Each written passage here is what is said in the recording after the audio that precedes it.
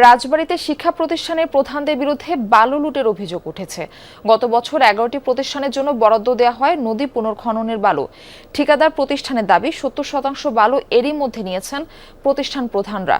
তবে স্থানীয়দের অভিযোগ, মোট বরাদ্দের 3 ভাগের 1 ভাগ বালু পৌঁছায়নি প্রতিষ্ঠানে। বিষয়টি খতিয়ে দেখে ব্যবস্থা নেওয়ার আশ্বাস পানি উন্নয়ন বোর্ড কর্মকর্তার। রাজবাড়ীর বালিয়াকান্দিতে গড়াই নদী পুনঃখনন করে 2025 সালে বালু উত্তোলন করা হয়। সেই বালু শিক্ষা, সেবা ও ধর্মীয় সহ 11টি প্রতিষ্ঠানে দেওয়া হয় বরাদ্দ। রেজুলেশন করে বিভিন্ন সরকারি প্রতিষ্ঠান, স্কুল, কলেজ, মাদ্রাসা, ধর্মীয় প্রতিষ্ঠানে দেওয়ার বিষয় আছে। সেটা ডিসি স্যারের অনুমোদন ক্রমে আমরা পানি উন্নয়ন বোর্ডের মাধ্যমে সেটি পরিমাপ করে কার আসলে কতটুকু প্রয়োজন সেটি পরিমাপ করে আমরা সেই বালুটি দিচ্ছি। নারোয়া মনসুর আলী ডিগ্রি কলেজের অধ্যক্ষ আবেদন করলে প্রতিষ্ঠানের মাঠ ও নিচু জায়গা ভরাটের জন্য বরাদ্দ দেওয়া হয় 2,02,600 ঘনফুট বালু। অধ্যক্ষ হারুনুর রশিদের দাবি, তিনি এখন পর্যন্ত বালু এনেছেন 120 গাড়ি, অর্থাৎ 18 থেকে 24,000 ঘনফুট। তবে অভিযোগ উঠেছে বালু আনা হয়েছে এর অর্ধেকের কম। নেওয়ার খরচের আমরা পাইছি 70 আনছি, 120 থেকে 25 গাড়ি, অত তো ওইভাবে করা যায় না। আমি বালিটা বিভিন্ন জায়গায় আমার বাউন্ডারিতে ফেলাইছি, ওই বাউন্ডারি ফেলতে এখানে ফিল্ডে কিছু ফেলাইছি, ওই গর্তে ফেলাইছি। এখানে সামান্য কিছু মাঠের দুই পাশ বা এক সাইড হতে পারে, কিন্তু পুরোপুরি মাঠে এই বালি দিয়ে ভরাট করা সম্ভব না। আমরা তো ভাই ঘনফুট হিসাবে বলতে পারবো না, তবে 35-40 গাড়ি বালি যদি আসে ভাই, এখন 30-32 গাড়ি দেখলাম এইরকম।